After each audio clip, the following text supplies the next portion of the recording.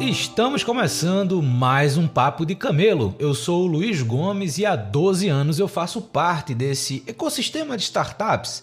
Já empreendi startup desde o primeiro dia até a venda para uma gigante global.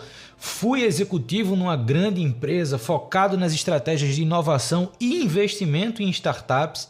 E hoje eu estou na administração pública, ajudando o desenvolvimento de startups aqui na cidade do Recife, de onde eu falo. Nesse período, eu pude avaliar mais de 1.200 startups, em diferentes aspectos, em diferentes momentos, mercados, geografias, o que me permite hoje ter uma base de conteúdo consolidada, baseado em experiência, vivência, aprendizado, muita pesquisa, e eu compartilho esse conteúdo na minha newsletter, a Camelo News, que eu convido você a conhecer e assinar, obviamente. Aqui eu converso com pessoas que estão fazendo a diferença nas suas jornadas, mas também no ecossistema de startups, sendo assim uma fonte de inspiração para você que com certeza vai trazer muito aprendizado e muita reflexão que vai impactar diretamente a sua jornada empreendedora. Então vamos lá, que o papo está na hora de começar.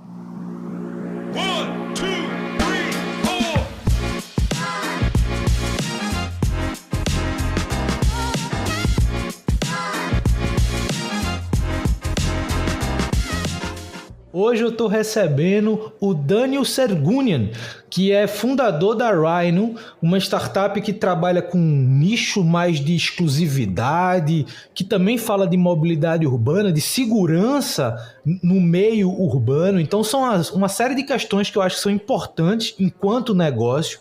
Mas a gente vai conversar com o Daniel, e você já deve ter percebido pelo nome dele que ele não é brasileiro, e a gente vai entender um pouquinho também o que ele veio fazer aqui, um pouco da história dele. Então, Daniel, primeiro, obrigado por ter aceito conversar comigo, separar desse tempinho aqui. Passando a palavra para você, como eu faço com todo mundo, quem é você e como é que você chegou até aqui?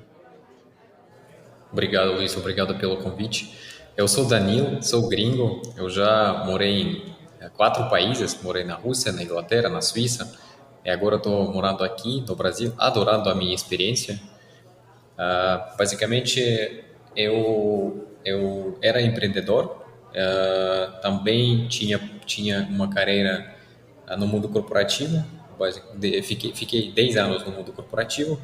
E como eu acabei morando no Brasil e por que eu estou aqui e lancei o meu projeto. Eu morava na Suíça e trabalhando numa companhia multinacional, liderando a área de estratégia de investimentos para a nossa companhia. E surgiu uma oportunidade de liderar todo o nosso crescimento aqui na América Latina. Eu topei o desafio sem falar o português. Me mudei durante a pandemia e aprendi o português. Pelo menos eu acho que eu aprendi o português. E fiquei na companhia aqui no Brasil liderando o nosso crescimento por 3 anos. Eu tive o cargo de vice-presidente e também nesse mundo corporativo eu fiquei como um cargo de conselheiro numa companhia listada.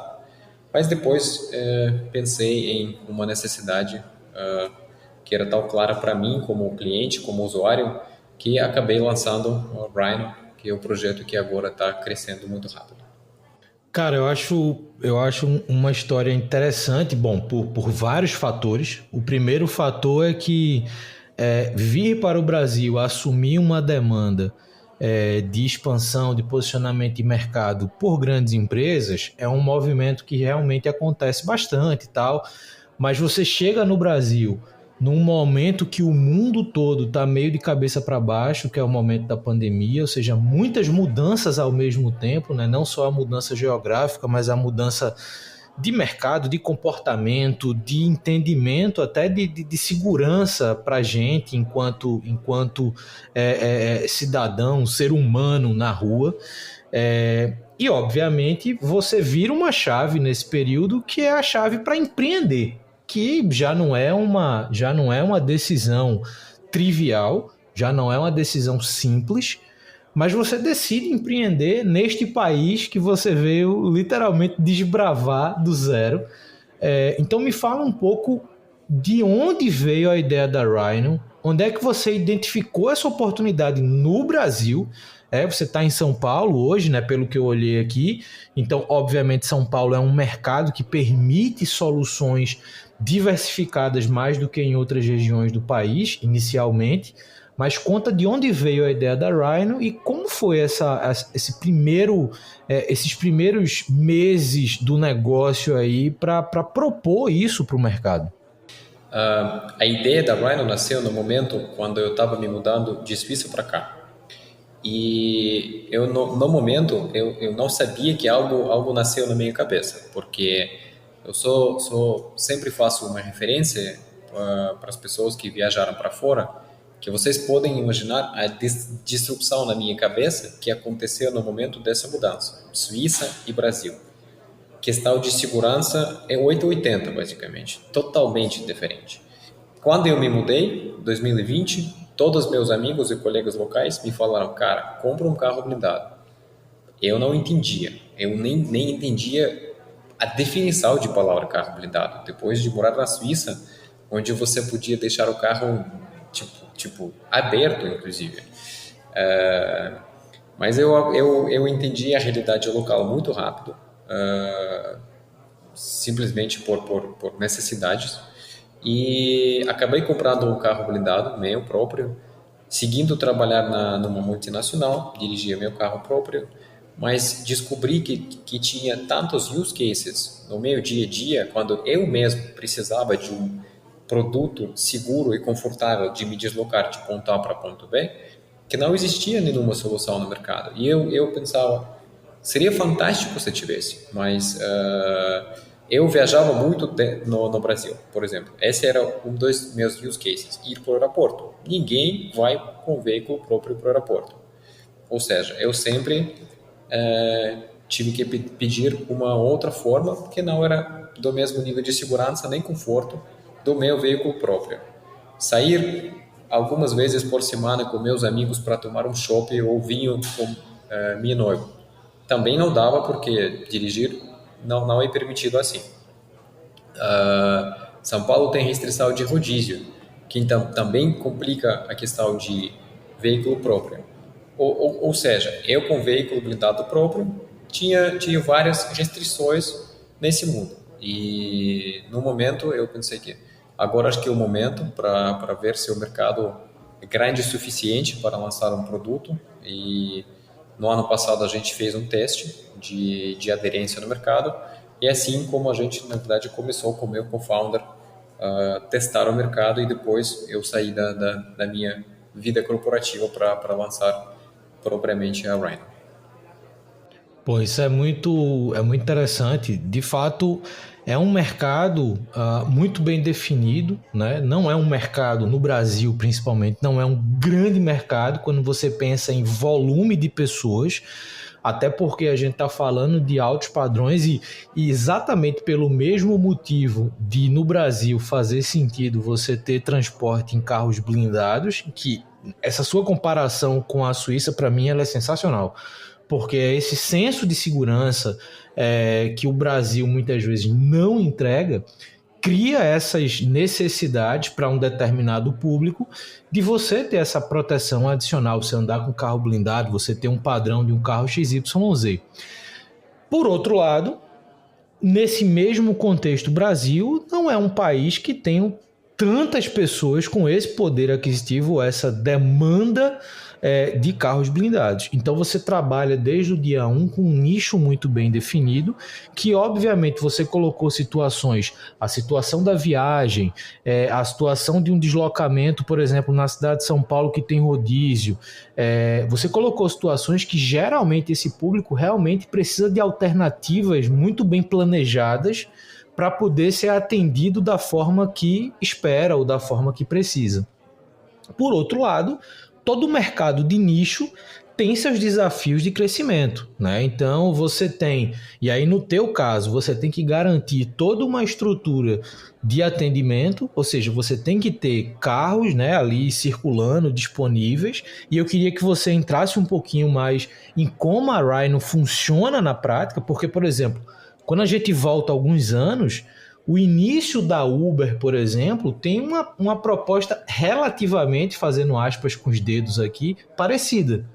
Porque era voltado ao público executivo, não era necessariamente carros blindados, mas era o que hoje é o Uber Black, né? Então, obviamente, isso deriva hoje para outras camadas de serviço. Então, eu olho para a Rhino hoje e eu vejo, em alguns aspectos, esse início de operação de um modelo original da Uber. Mas conta como é que a Rhino funciona e como é lidar hoje, em termos de visão de crescimento, com esse nicho de mercado. Eu ouvi falar várias vezes sobre esse lançamento da Uber, mas não estava aqui e para mim é uma história. Eu não participei nisso. Inclusive a gente tem uma pessoa da Uber no nosso time que estava lançando a Uber no Brasil. Essa pessoa está no meu time agora e a pessoa obviamente sabe muito bem a história e todos os desafios que a companhia tinha na época, 10 anos atrás. Eu só gostaria de colocar um número, na verdade, para entender a realidade de São Paulo e provavelmente Brasil no geral, no questão de segurança, porque no último Global Safety Index, é basicamente um índice de segurança global, onde tem 340 cidades avaliadas, São Paulo fica no lugar 315. Acho que está um pouquinho difícil aceitar, especificamente quando você mora aqui. Tem poucas cidades que são piores do que São Paulo no questão de segurança. Rio, na mesma lista, fica no lugar 333 de 340 cidades. Essa, infelizmente, é a realidade. E quando você mencionou sobre a demanda e as necessidades e tamanho de mercado, eu sempre gosto de dar um exemplo de rodízio. O que significa, na verdade, rodízio para nós, como a companhia e como a gente quer atender isso.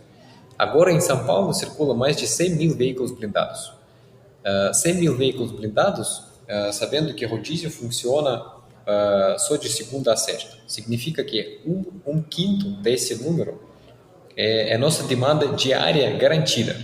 Obviamente, uma pessoa ou outra pode não se deslocar nesse dia, porque agora algumas pessoas trabalham de home office, etc. Mas só para entender os números muito genéricos, isso vai nos dar mais de 20 mil pessoas necessitando se deslocar de ponto A para ponto B. E isso é só um dos use cases, como eu comentei, tem vários outros, e essa, na verdade, é a nossa demanda que a gente quer atender. A gente tem muitos clientes que estão esperando o produto chegar nas áreas onde a gente vai atuar, inclusive no Rio de Janeiro já tem várias pessoas, várias mil pessoas, inclusive, com o nosso aplicativo baixado, mandando perguntas quando a companhia vai chegar e etc. Agora, voltando um pouco sobre a tua pergunta, como nós funcionamos, e eu vou tentar explicar de dois lados, do lado do cliente e do lado da companhia. Para o cliente, o nosso cliente tem acesso ao nosso produto via aplicativo, que a gente desenvolve internamente, 100%, e funciona muito simples. O cliente pode colocar ponto A e ponto B. O aplicativo, como agora no mundo moderno, é muito simples, estima o preço muito rápido. Você escolhe andar com o Rhino e depois, basicamente, a vida acontece no mundo real, quando o carro chega com o motorista, etc. E agora, falando um pouco sobre a companhia, qual é a nossa proposta? A gente sempre considera que a gente tem 3 pilares da nossa proposta.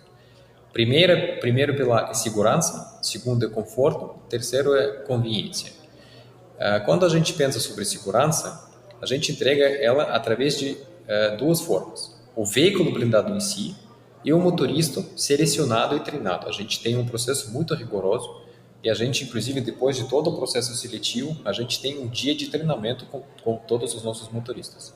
Conforto, a gente usa os veículos padrão bem melhor do que tem nos outros aplicativos, e conveniência, porque agora quem precisar de esse tipo de produto não tem acesso ao produto através de um aplicativo em forma tal intuitiva, fácil e rápida.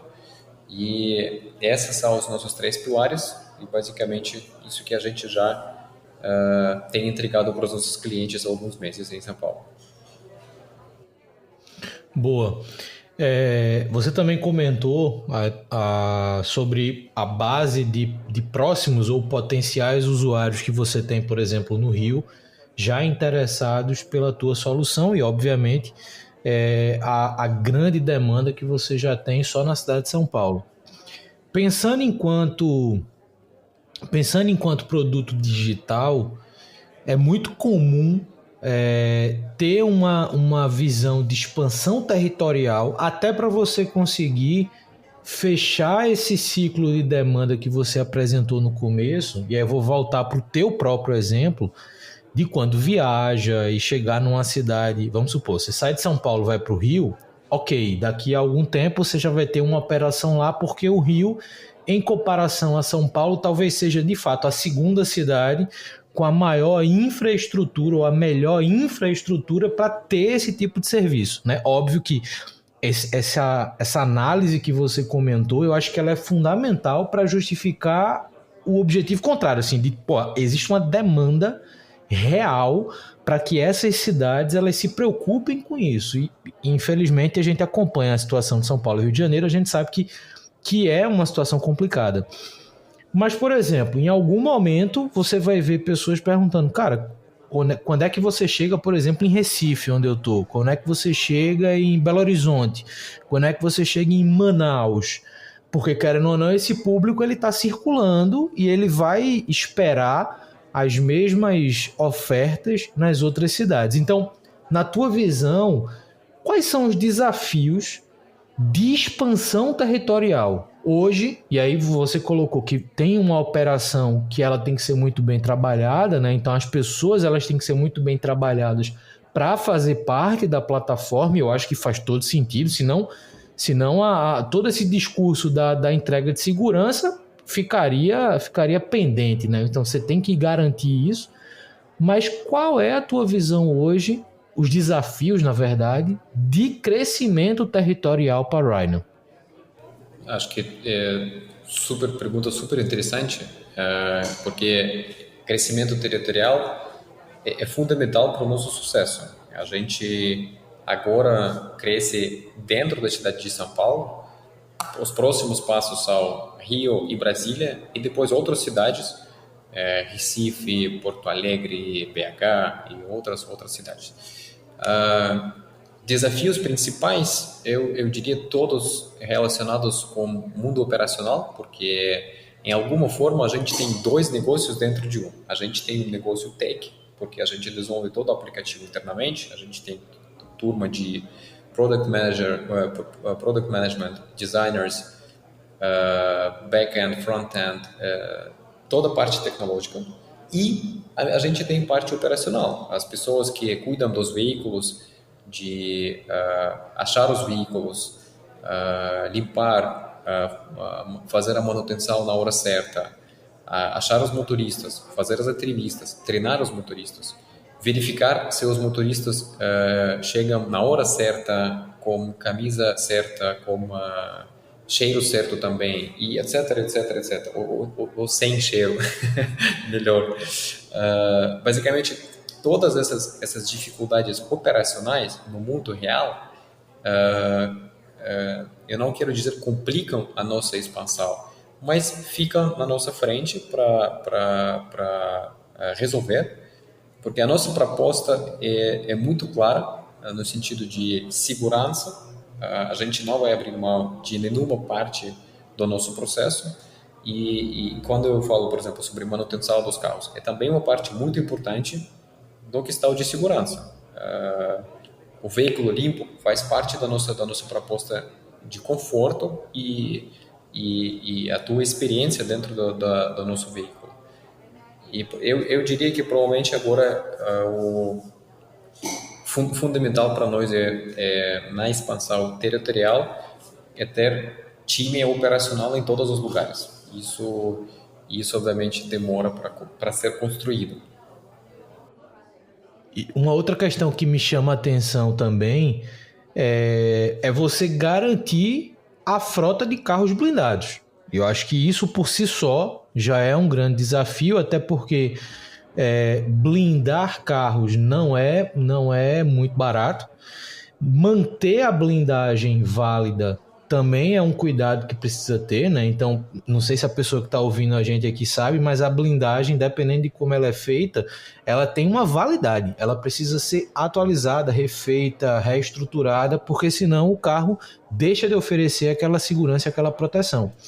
Então, eu não sei se isso passa pela responsabilidade de vocês, Danilo, mas garantir a blindagem dos carros ou vocês já identificam carros que já são blindados para de fato eles serem aceitos em plataforma. Como é essa relação com a frota blindada hoje? A gente usa todos os nossos carros com uma blindagem máxima permitida por lei 3A. Basicamente, essa segurança que nível 3A permite, a gente garanta para os nossos clientes, ou seja, manutenção que tem que ser feita com frequência, e normalmente é anual. Se não tiver nenhuma indicação ao longo desse tempo, uma manutenção anual, revisão e manutenção. E nas últimas semanas eu tenho visitado algumas blindadoras para conhecer e também para entender o processo melhor. E, na verdade, trabalhar com blindadoras verificadas, homologadas pelas montadoras, também faz parte da nossa proposta, porque dá para achar uma blindadora aqui, até inclusive na cidade de São Paulo, que cobra metade do preço comum. Mas eu nem quero saber qual é o nível de segurança dentro desse carro. Todos os nossos carros têm certificado emitido pelos órgãos respectivos no Brasil, que passam por nível de 3A, basicamente o máximo permitido, e a gente entrega isso para os nossos clientes. Pô, muito legal, muito legal. Eu acho que essas são questões, e eu tô perguntando isso até para a pessoa que está ouvindo a gente aqui entenda que isso é uma coisa que geralmente no ecossistema de startups a gente fala como as particularidades do negócio.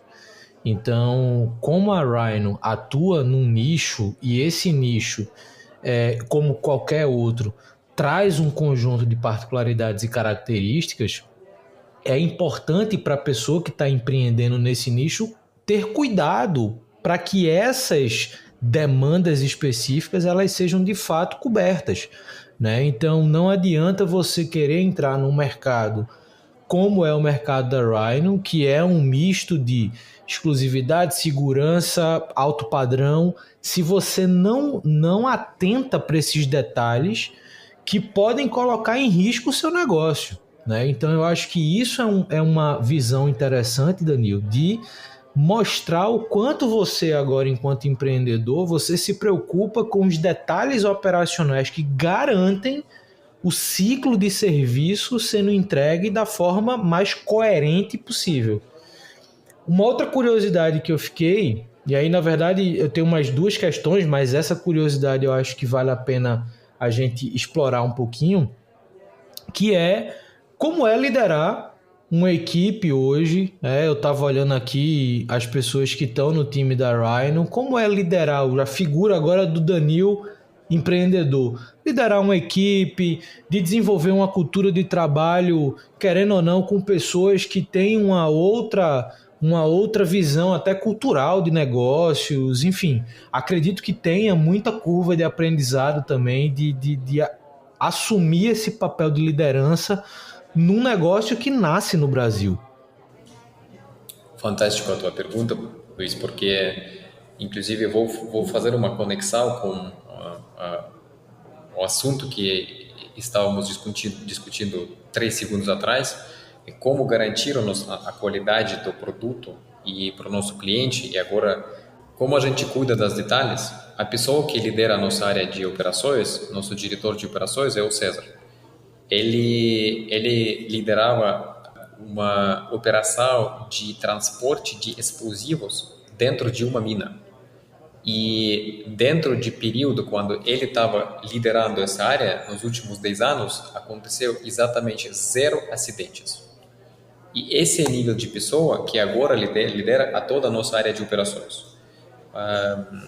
Isso, para mim, na verdade, fala muito sobre o nosso nível de entendimento do que a gente quer entregar para o nosso cliente, de todos os lados, de lado de operações, de marketing, de produto, e trabalhamos conjunto. Agora, voltando, na verdade, para a tua pergunta, como liderar esse time, e eu falo que eu tenho 2 papéis fundamentais.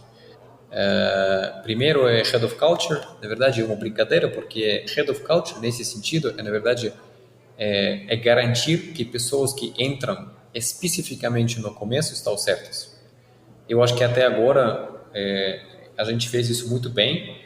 Todos os nossos líderes são pessoas fantásticas e com uma experiência muito relevante para o que a gente quer entregar para o nosso cliente. E o meu segundo papel é Head of Strategy.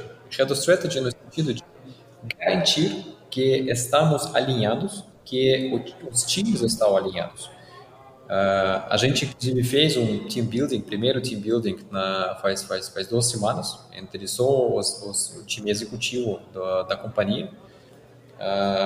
E a ideia era não é só fazer um evento de team building, na verdade era um strategic session, uma sessão estratégica de muitas horas, onde a gente debateu vários assuntos, onde a gente basicamente combinou como para onde a gente quer chegar ao longo dos próximos 12 meses, como a gente vai chegar lá, quem cuida de qual área, e para não deixar nada em cinza entre as áreas, para deixar tudo o mais claro possível. Obviamente, as perguntas vão surgindo ao longo do caminho, mas com esses 2 chapéus que eu tenho, garantir que a gente contrata pessoas certas especificamente no início e depois alinhar que é trabalho que a gente tem como objetivo e está sendo distribuído entre os times e entregado. Eu acho que é exatamente o que eu tento fazer, e questões culturais fazem parte disso, porque cada um é diferente. Pessoas no Brasil, inclusive, de uma região e outra, são muito diferentes. Para mim, essa parte cultural é muito, muito interessante, porque saindo de São Paulo, 150 quilômetros, você passa para um outro país, basicamente. Pessoas falam, inclusive, não é outra língua, mas falam com outras gírias, falam com outro sotaque. E isso é muito diferente. E a gente tem que saber lidar com isso. E meu time tecnológico, a maioria não são brasileiros. Ou seja, a gente tem essa mistura dentro do nosso time internacional, porque quando a gente contrata as melhores pessoas do mundo. Para mim, é importante que a pessoa seja certa, no lugar certo, no momento certo. E a nacionalidade provavelmente é 100%, não entra na lista dos critérios que eu avalio. Boa. Cara, eu acho que é uma maturidade bem interessante, e eu acho que reflete muito de premissas que se tem do ecossistema e do desenvolvimento de startups, né? Então, startups, ela é feita por pessoas, pelas suas capacidades e pelos seus alinhamentos de interesse, independente de onde essas pessoas estejam. Eu acho que isso se reflete muito na forma que você coloca, né, o desenvolvimento e a construção do time da Rhino, e obviamente lidar com essas diferenças de comportamento. E aí a gente fala, eu fiz a pergunta de vocês para o Brasil, mas quando você contrata pessoas de outros países, você multiplica essa diferença cultural pela quantidade de países que hoje fazem parte da equipe da Rhino, né? Então acho que isso também é uma troca muito bacana e uma capacidade de desenvolvimento do próprio negócio também muito legal. Mas eu percebi, Danil, que a Rhino é relativamente nova, né? Então vocês estão aí há pouco menos de um ano no mercado. É óbvio que, tipo, pela forma que você apresenta, pelas informações que a gente tem, existe uma solidez de desenvolvimento nesse processo. Então você vê que é um processo de desenvolvimento robusto, até porque vocês estão lidando também com o modelo B2C, né, que no Brasil, você já deve ter descoberto isso, modelo B2C no Brasil tem uma curva de crescimento bem complexa, né? Então chegar no usuário final é geralmente mais complicado do que quando você tem uma solução B2B, mas enfim, você já mostra um resultado bacana.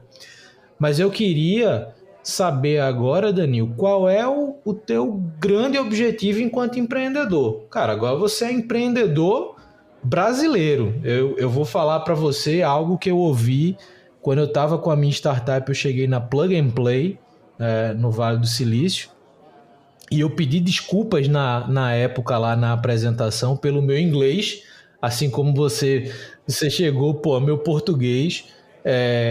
E lá eu ouvi de um executivo que acompanhava e mentorava startups dizendo assim, mas aqui ninguém fala inglês.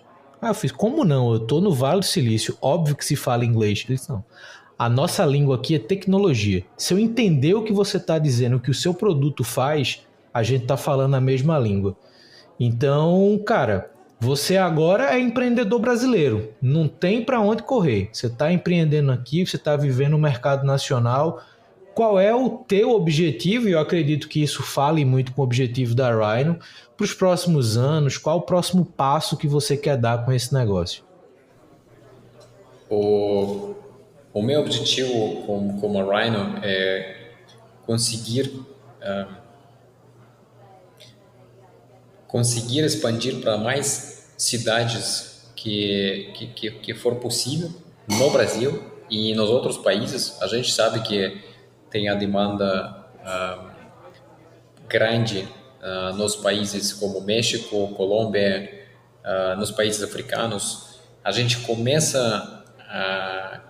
começou aqui no Brasil por questões óbvias, o maior mercado ainda, e eu estou aqui, eu vejo essa necessidade, eu acho que esses são os motivos principais.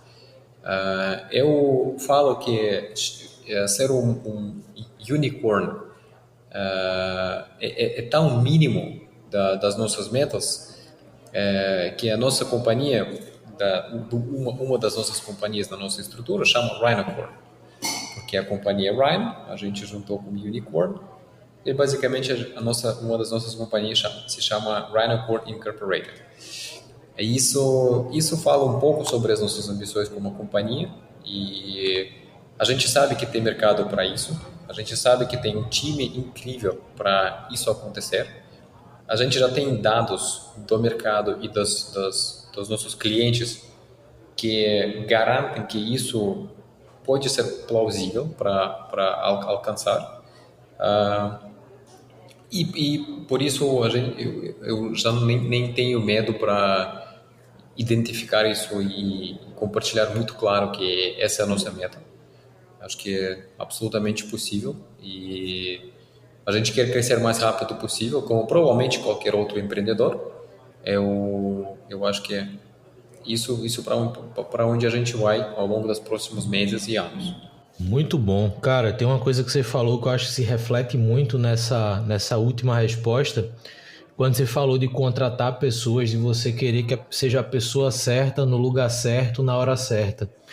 Eu acho que essa tua visão, e isso se reflete na própria proposta da Rhino, talvez você esteja no lugar certo, na hora certa, com a proposta certa, porque a partir de São Paulo, você de fato pode impactar a América Latina inteira, né? Então eu acho que você está começando no epicentro de oportunidade de mercado, e a partir de São Paulo você pode estabelecer sim uma operação grande, robusta, de crescimento rápido dentro das tuas características, né? Porque a percepção de velocidade não pode ser desassociada das características do negócio, né? Então, não é porque o negócio A cresce mais rápido que o B, que esse B ele é lento. Não, ele é rápido dentro daquele contexto. E eu acho que você está em São Paulo hoje com essa visão, com essa proposta e poder olhar pelo menos para uma América Latina, cara, é um mercado gigantesco. É um nicho, mas aí se torna de fato um mercado gigantesco. Eu achei interessante a comparação ou a não priorização de ser unicórnio, e você deve ter percebido que o nome desse podcast é Papo de Camelo, com a visão antagônica dos unicórnios, e você falando, eu pensei o seguinte: é melhor ser rinoceronte do que ser unicórnio, porque pelo menos rinoceronte existe.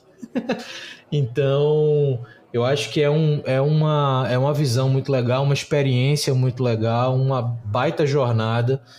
Deixa eu te perguntar, gostou do nosso papo?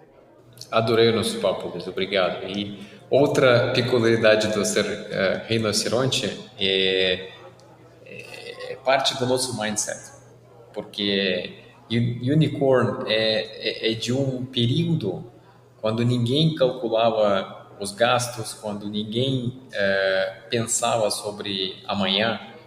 Nós nascemos como um outro objetivo. Somos muito lean e a gente vai chegar no profitabilidade literalmente em alguns meses. E quando eu falo profitabilidade é no sentido de EBITDA break-even. E essa, na verdade, é o nosso mindset. Sensacional, sensacional. Cara, eu acho que você traz para esse podcast mais uma vez uma confirmação de visão racional sobre negócios. Eu tenho muita alegria de conversar com pessoas como você que tem essa consciência de que, por mais que seja startup, por mais que seja digital, por mais que seja escalável, não pode deixar de ser rentável, não pode deixar de ser lucrativo. Então eu acho que isso cumpre muito os meus objetivos, inclusive, de conversar com pessoas que tenham essa consciência. Te agradeço demais, Danilo, pelo papo, pelo tempo. Para quem ouviu a gente até aqui, lembro que todas as informações sobre o Danilo e sobre a Rhino vão estar na descrição desse episódio, então vale a pena acompanhar essa trajetória, acompanhar mais esse case de startup que está aqui no Brasil e que tem um potencial de crescimento bacana. E a gente se escuta no próximo Papo de Camelo. Valeu!